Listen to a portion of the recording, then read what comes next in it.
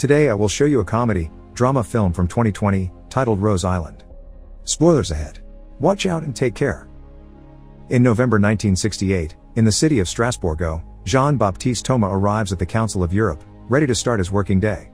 After noticing a weirdly shaped car in the parking lot, he enters the building and finds a sick man lacking winter clothes waiting at the bench, so he asks the guard Gary about him. Gary explains the man is Italian engineer Giorgio Rosa, who has been here all week, and the weird car belongs to him too. Giorgio claims to be the head of a state, has brought a file for the council to see and won't leave until they do. In order to get rid of him, Jean makes a big deal out of accepting the file from Gary and taking it to the office with him, but as soon as he enters the room, he throws it in the trash. He changes his mind however, when he notices the file has the UN logo on it. After reading what is on it, he urgently rushes Gary to send Giorgio to his office so they can grant him an audience. Giorgio requests their help to save the island he's built, but since Jean and his co-worker are skeptical, he begins telling his story from the beginning. A year ago, in Bologna, Giorgio is at a bar with his best friend Maurizio Orlandini and other classmates celebrating their graduation from college. He leaves the celebration behind though, when he suddenly sees his ex-girlfriend Gabriella and decides to invite her to have a drink with him. Giorgio asks her about her boyfriend, who she is having a rough time with, and is surprised to hear they've been together for 3 years, which is almost as long as Giorgio has dated her. He thinks Gabriella's dad likes this guy, which frustrates him because the man has always hated him. So Gabriella has to remind him the only reason why her dad hated him is that Giorgio made his TV explode and never apologized to either of them. They start arguing over the TV and the fact Gabriella may get married when she notices how late it is, so he offers to drive her home.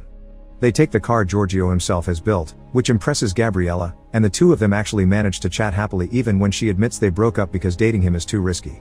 A moment later, they are stopped by the police, who point out the car has no license plate. When asked for papers, Giorgio gives them an ID, but he doesn't have a driving license either. All this lack of responsibility makes Gabriella angry. After checking his records, the police find out Giorgio also has a criminal record, a flying ban to be precise, because he tried flying an unregistered plane he built himself too. When an officer gets in his car to confiscate it, Giorgio freaks out, so he gets arrested and spends the night in jail. The following morning, he's bailed out by his father Elise Rosa, who wishes his son acted normal.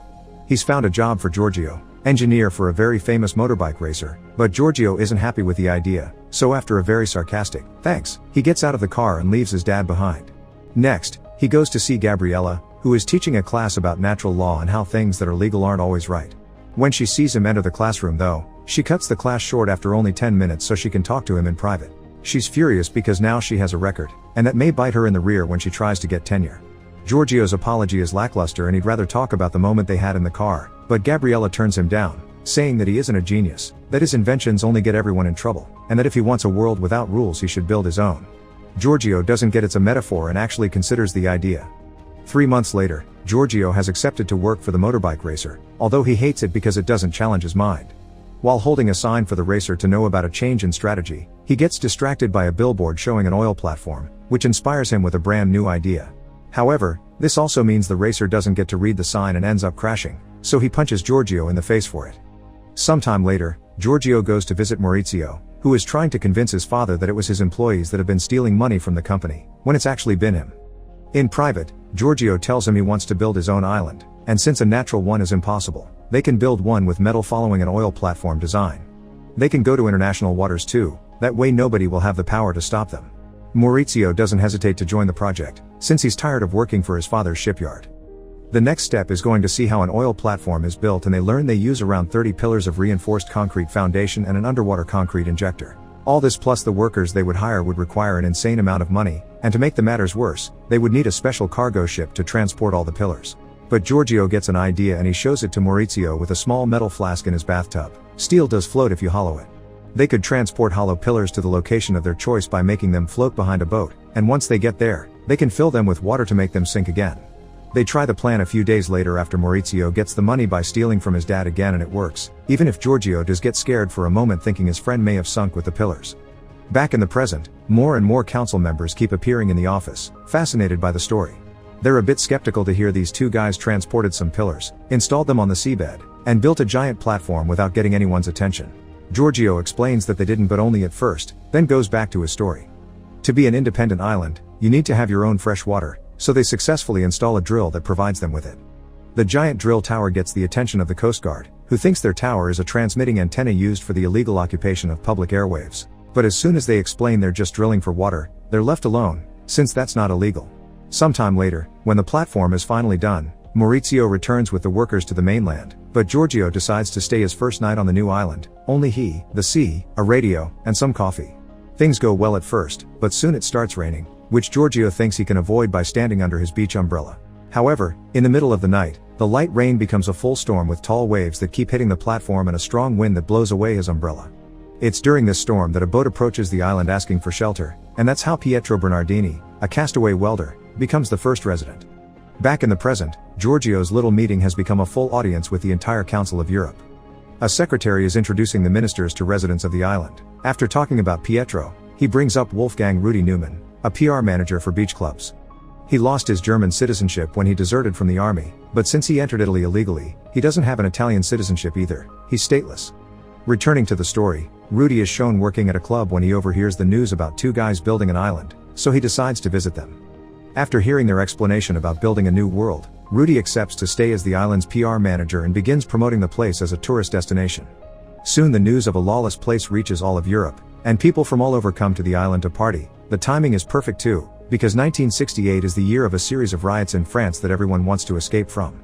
Rudy even tells Giorgio of Esperanto, which they adapt as the island's official language and rename the place from Steel Island to Rose Island, which Maurizio doesn't like very much because it leaves him out. The island becomes so big and famous that they start appearing on the news, and that's how Franca learns about them.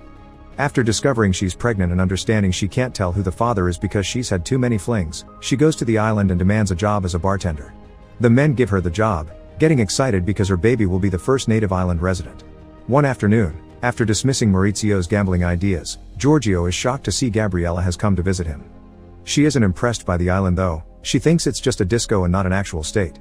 After telling Giorgio that she's getting married, she leaves, refusing the invitation to stay the night. Later that night, Rudy and Maurizio argue over their ideas. Rudy wants to start a water skiing competition while Maurizio wishes they could have gambling tournaments. Giorgio's mind, however, is still stuck on what Gabriella said, so he tells his friends that he wants to be recognized as a real state. They have currency, stamps, postal service, and an official language. The only thing they're missing is a government. Giorgio declares himself to be the president, Franca the Minister for Economic Affairs, Pietro for Surveillance and Defense, Rudy Secretary of State, and Maurizio shall cover internal affairs. To make it official, they send a letter with the request to the UN, who contact the Italian government, and that's how two special agents end up visiting the island. Some days later, the Italian Council of Ministers is having their usual meeting when Prime Minister Giovanni Leone is given the news about the island by Minister Franco Restivo, who has been hiding the fact the Secretary General of the UN has called them about this 2 days ago. Furious, Giovanni demands to know why they haven't done anything about it, so Franco explains he's sent 2 agents to the island that haven't returned after 40 hours. After the meeting is over, said agents finally call, confessing they had been mesmerized by the freedom of the island, even causing one of them to cheat on his wife. Later in the evening, Franco appears on TV saying the government is working on disposing of the island. This is seen by Gabriella and Giorgio's parents. Franco's little speech, however, has the opposite effect of what he wanted. Dozens of letters begin arriving at the island, asking for a citizenship. Sometime later, Giorgio returns to the mainland to have lunch with his parents, but Elise doesn't let him buy him a lobster because he worries the money the island is making may be illegal. Giorgio invites them to come and see the island, but they turn down the offer with a silly excuse. Afterward, he is approached by Franco's agents and offered to have 2 beach bars of his own in exchange for him dropping the island. Giorgio of course refuses and leaves without uttering another word. Later that night, they close the island to outsiders so the 5 of them can have an important talk. It's been decided that they'll finally start handing out citizenships, and the first passport, which just got printed, is for Rudy, who never had one. Meanwhile, Giovanni is having a meeting at the Vatican with a very important cardinal that asks him to do something about the island soon because it's appearing in the newspapers and they can't hide it from the Pope, who will not approve of such rebel ideas. When he returns to the Chigi Palace, he discovers dozens of letters have arrived from people asking to cancel their Italian citizenship, and similar requests are happening in governments around the world. Nervous and upset, Giovanni orders Franco to solve this problem as soon as possible if he doesn't want to suffer the consequences. This results in an agent visiting Elise at work. In the meantime, at the island, things are quiet because it's raining, not exactly party weather. Maurizio wants to start planning something to do for when summer ends and is shocked to hear Rudy, Franca, and Pietro are leaving, but Giorgio quickly catches on to what's going on. Unlike him, his friends did take the offer from the agents.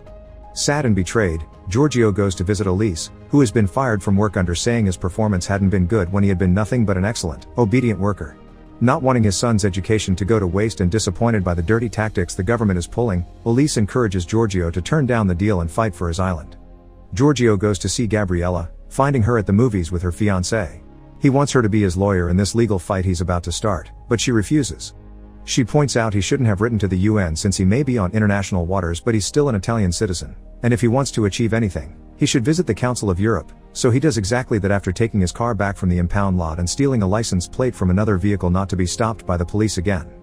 And that's how he's here now, in front of the whole council, telling his story. Once he's done, he's asked to wait in the lobby while the council decides how to proceed. Meanwhile in Italy, Franco is congratulating his agents for having managed to buy off all the island's residents when the news of Giorgio being with the council is brought to him.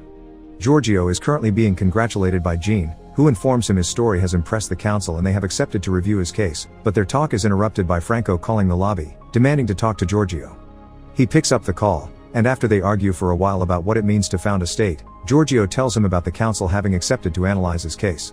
This makes Franco desperate, so threatens to use Italy's military arsenal to blow the island to pieces.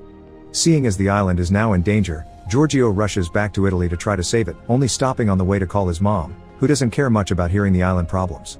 In the meantime, Gabriella is shopping for her wedding cake when she notices the shop sells souvenirs shaped like the island, which makes her reconsider what she's doing with her life. She decides not to get married and goes to the port to join Giorgio in his boat and go together to Rose Island. Once there, she asks him if it's true that he built the island for her, then she kisses him. The following morning, they're woken up by the noise made by an Italian Navy battleship approaching them. In Chigi Palace, Franco asks Giovanni to authorize the attack. Giovanni at first thinks he's joking, but when he realizes he's being serious, he refuses, not wanting to sign an act of war. Franco reminds him he asked him to fix the issue by any means necessary and informs him that Giorgio has been heard by the Council of Europe, so they have no other choice. There's a commotion on the mainland as well. Curious bystanders and all news outlets are coming to the shore to see the explosion. When Rudy, who is about to close his deal, hears about this, he leaves the bar and finds Maurizio to ask him to join him in going back to defend the island. Maurizio thinks they can't because they aren't allowing boats to enter the water, but Rudy has an idea. That's how the two of them, Franca and Pietro, enter the water skiing competition, only to drive away in the middle of the race to return to the island. Thinking the Navy is just trying to scare them, the six of them stand on the edge of the island holding hands, only to be surprised by the Admiral shooting the cannons now that they have Giovanni's authorization. It's only a warning shot, so after the initial shock, the group goes back to the edge to stand their ground. The second shot lands much closer to the island, but this still isn't enough to make them come back, so the Admiral sends his soldiers to raid the island and arrest the group. While Giovanni and Franco appear on the news as heroes, Giorgio's parents follow the case on the radio, and Jean reluctantly throws away the island's file. The group is taken away in the Navy's ship, and Giorgio can only watch as bombs are put on the pillars and the island is blown up. Afterward, he apologizes to Gabriella for what he did to her dad's TV, but she tells him that doesn't matter anymore. What matters is to change the world. Without the island existing anymore, the Council of Europe couldn't close the case. To prevent this from happening again, the UN moved the border of international waters from 6 to 12 nautical miles all around the world. To this day, the destruction of Rose Island remains the only invasion perpetrated by Italy. Giorgio and Gabriella got married, and lived together for the rest of their lives.